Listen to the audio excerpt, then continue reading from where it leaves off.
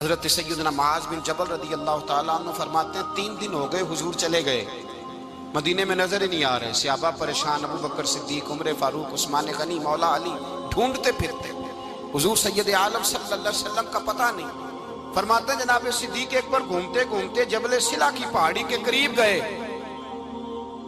ایک چرواہا بکریاں چرا رہا تھا، اس سے پوچھا تم نے میرے محبوب کو تو نہیں دیکھا؟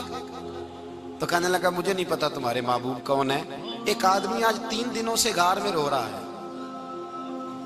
اتنی شدت کے ساتھ روتا ہے کہ میری بکریاں جا کے غار کے سامنے بیٹھ جاتی ہیں، اور بکریاں بھی روتی ہیں، میں بڑا کھینچتا ہوں پر لوٹتی نہیں، رات کو گھر لے کے جاتا ہوں تو جاتی نہیں، سویرے باڑے سے نکالتا ہوں تو دوڑی ہوئی آتی ہے، پھوٹ پھوٹ کے روتی ہیں، لیکن حال یہ ہے کہ دودھ پہلے سے بھی زیادہ دیتی ہیں۔ حضرت ابو بکر صدیق کہنے لگے یہی تو میرے رسول پاک علیہ السلام کے نبی ہونے کی علامت ہے۔ حضور کی صحابہ کو بلایا، 3 دن سے حضور سجدے میں ہیں۔ کتنے دنوں سے؟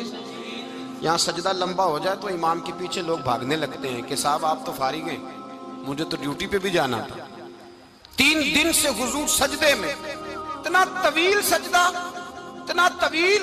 صحابہ کہتے ہیں قدموں میں جا کے لگے، محبوبہ بس کریں آ جائیں۔ حضور نے فرمایا رب نے سورہ ہود نازل کر دی ہے، سخت حکم آ گئے ہیں۔ وہ کہتا ہے میں تیری امت سے حساب پوچھوں گا، میں اپنے رب کو منا رہا ہوں، بکر جاؤ مجھے منا لینے دو۔ حضور نے ہمیں بتلایا ہے کہ رب کو سجدہ کریں تو رب مانتا ہے، اس کو منانے کا طریقہ سجدہ کرنا ہے، جھکنا ہے، عبادت کرنا ہے۔ کہا وہ مانے گا تو میں آؤں گا۔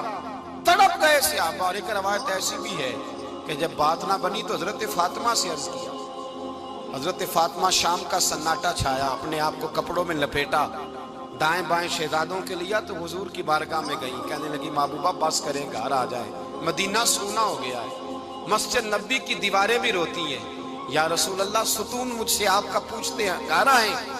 نبی پاک نے فرمایا فاطمہ تو بھی دعا کر، میں بھی دعا کرتا ہوں۔ حضرت فاطمہ بھی ساتھ والے کونے میں سجدے میں گر گئی، پھر دعا ہوئی، پھر التجا ہوئی۔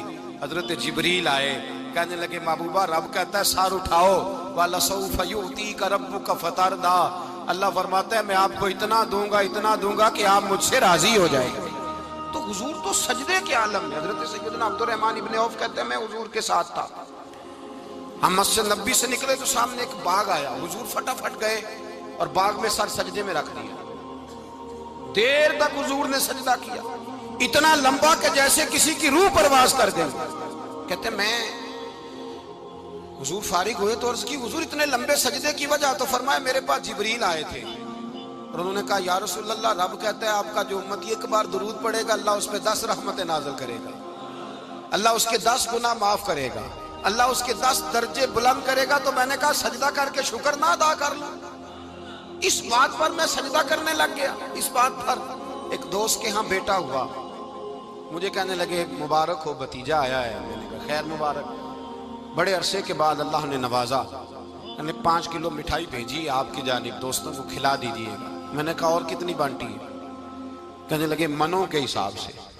باقی معاملات کیسے؟ کہنے لگے کیا بات ہے، غریبوں کو، مسکینوں کو، لاچاروں کو، سب کو دیا ہے۔ تو میں نے کہا نفل کتنے پڑے؟ کہنے لگا ٹائم نکالتا ہوں۔ میں ٹائم بیٹا کس نے دیا؟ شکر کس کا ادا کرنا تھا؟ بھئی یہاں حال یہ ہے ہمارا کہ ہمیں 2 رکعتیں تھوڑی مشکل ہیں، اگر کہا جائے کہ 25 من مٹھائی تقسیم کرنی ہے تو وہ آسان ہے، ہم نے اپنے لیے عبادت کو، ریاضت کو بوجھ سا بنا لیا، اس کو اتاریں۔